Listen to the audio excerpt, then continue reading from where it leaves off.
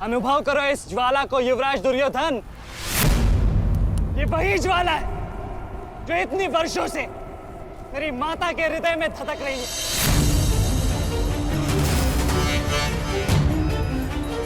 छोटा था मैं बहुत, पर मेरा रोम रोम जल उठता था ये सुनकर कि मेरी माता के साथ क्या हुआ। सोचो मेरे माता पिता और मेरे काकाओं पर क्या बीती होगी जब उन्होंने वह दृश्य देखा। मेरे माता पर क्या बीती होगी जब सहस्त्रों आंखें उनके वस्त्रहीन होते शरीर पर पड़ रही थी। आज मैं आपको उस अपमान का अनुभव कराऊंगा। आपकी पूरी सेना और महारथियों के समक्ष आपका वस्त्र हरण करूंगा और कोई कुछ नहीं कर पाएगा।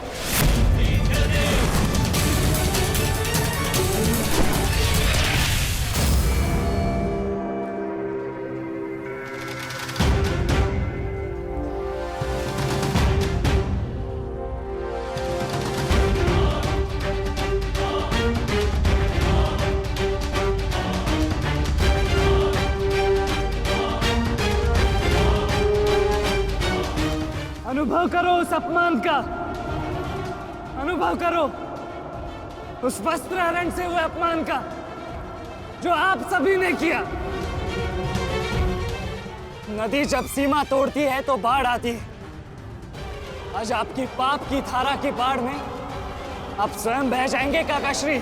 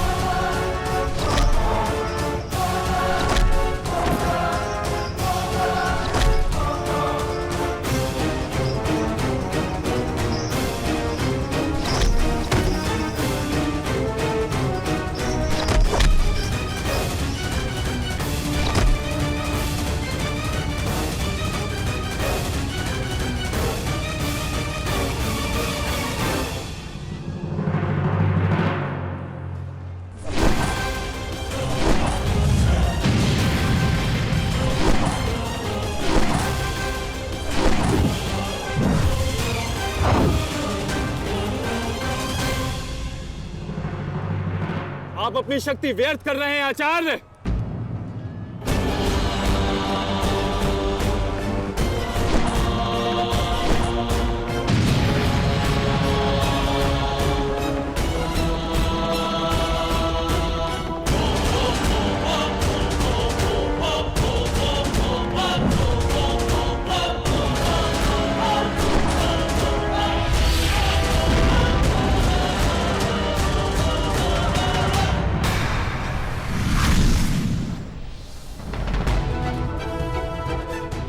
दुर्योधन को मेरी सहायता की आवश्यकता है।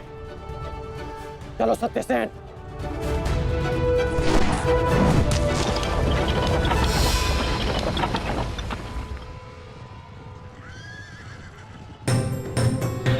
कहां चले अंगराज? मैं जानता हूं कि तुम्हारे मित्र पे आए संकट का संदेश तुम्हें मिल चुका है, परंतु मैं तुम्हें जाने नहीं दे सकता। तुम कदाचित मुझे रोक सकते थे अर्जुन, परंतु तुमने एक भूल कर दी। तुम अपने रथ पर नहीं हो अर्जुन।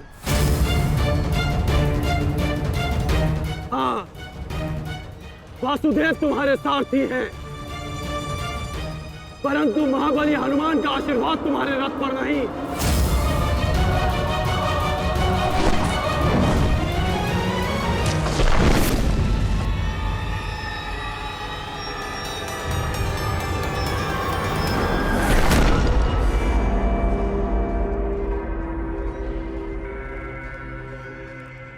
चलो। मैं अभी भी पराजित नहीं हुआ हूं कर्ण। तुम इस प्रकार द्रोण छोड़कर नहीं जा सकते।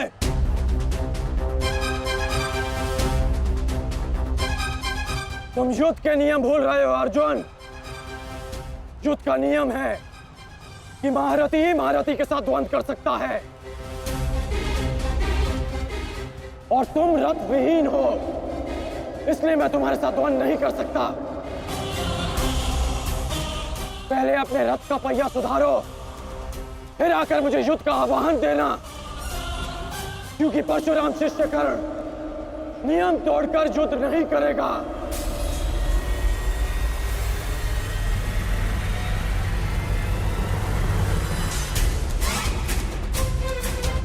चलो सत्यसेन।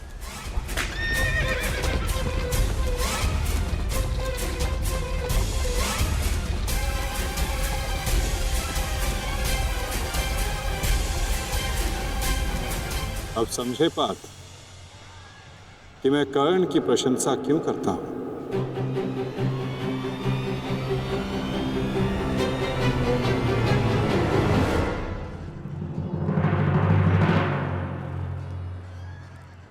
मानता हूं कि आपका वध करना काकाश्री की प्रतिज्ञा थी। उनकी प्रतिज्ञा को भंग करने का दंड मैं सह लूंगा, परंतु आज अपनी माता के अपमान का दंड मैं आपको अवश्य दूंगा।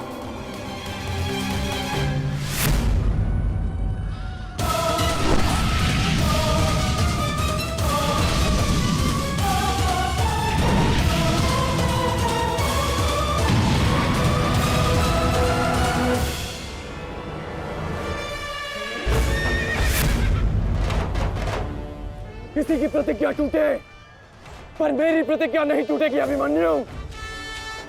और मेरी प्रतिज्ञा है कि जब तक मैं जीवित रहूंगा, मेरे मित्र के प्राण नहीं जाएंगे।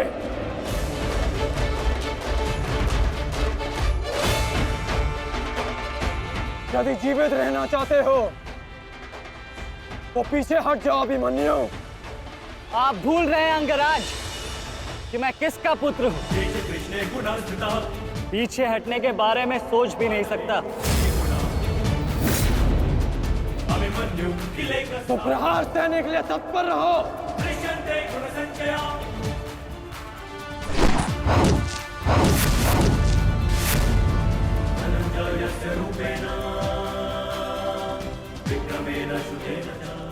ये मेरे लिए पर्याप्त नहीं अंगराज।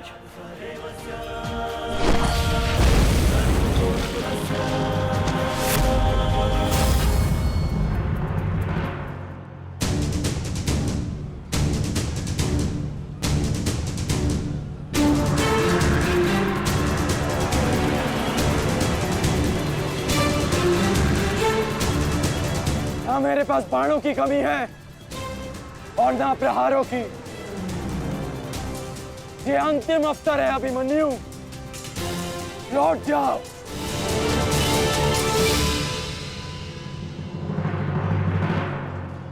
तो मेरे तुनीर में भी उत्तर प्रस्तुत है अंगराज।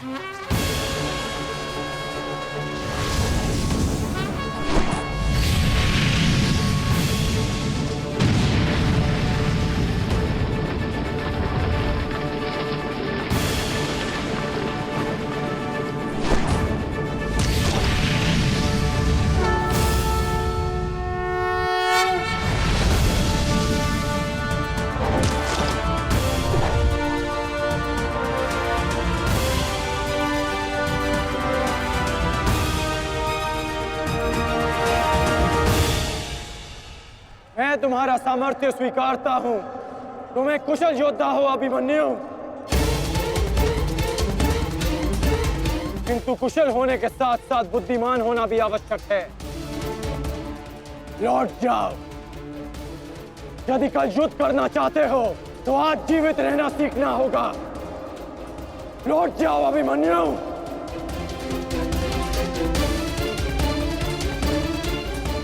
एक योद्धा के लिए आज या कल नहीं होता अंगराज। उसके लिए केवल वो ही पल होता है जिसमें वो मृत्यु के सामने खड़ा होता है। एक वीर योद्धा से सुना था मैं, हे मृत्यु, तैयार यदि तू आने को, प्रसन्न मुखा। द्वार खुला है, तेरा स्वागत। प्रसन्न मुखा।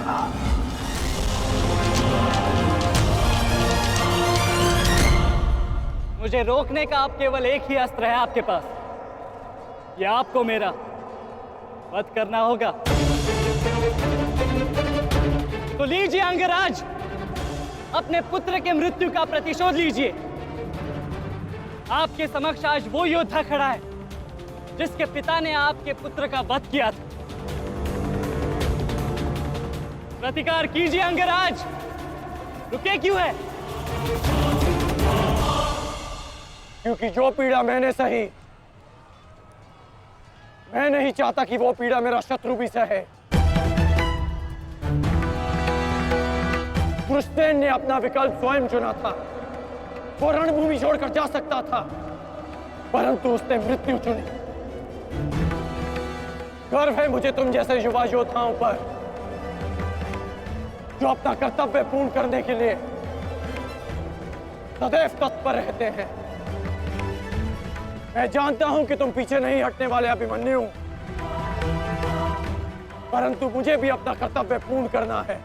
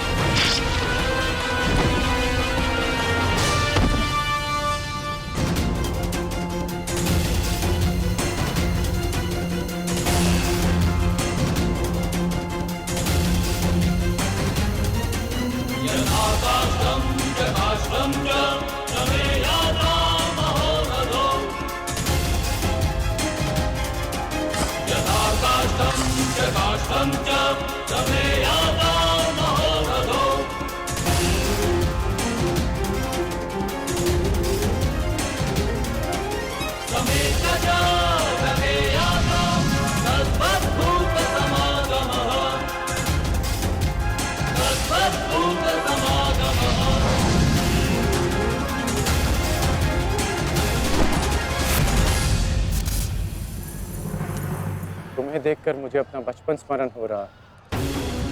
अभी तुम्हारा जीवन आरंभ हुआ है वत्स। इसे इस प्रकार व्यर्थ मत करो। मैं आशा करता हूं कि अगली बार जब हम दोनों मिले तो दो शत्रुओं के भांति नहीं, दो वीरों के भांति एक दूसरे के गले में। अभी तुम्हारा जीवन शेष है। जाओ वत्स।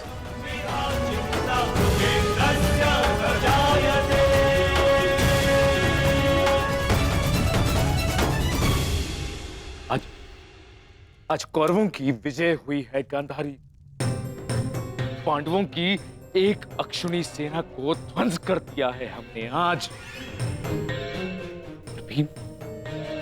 भीम हमारे एक भी पुत्र को क्षति नहीं पहुंचा पाया, एक भी।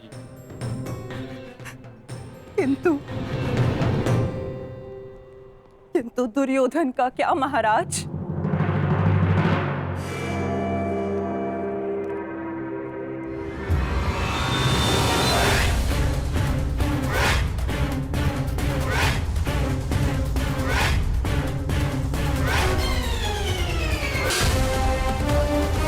मित्र,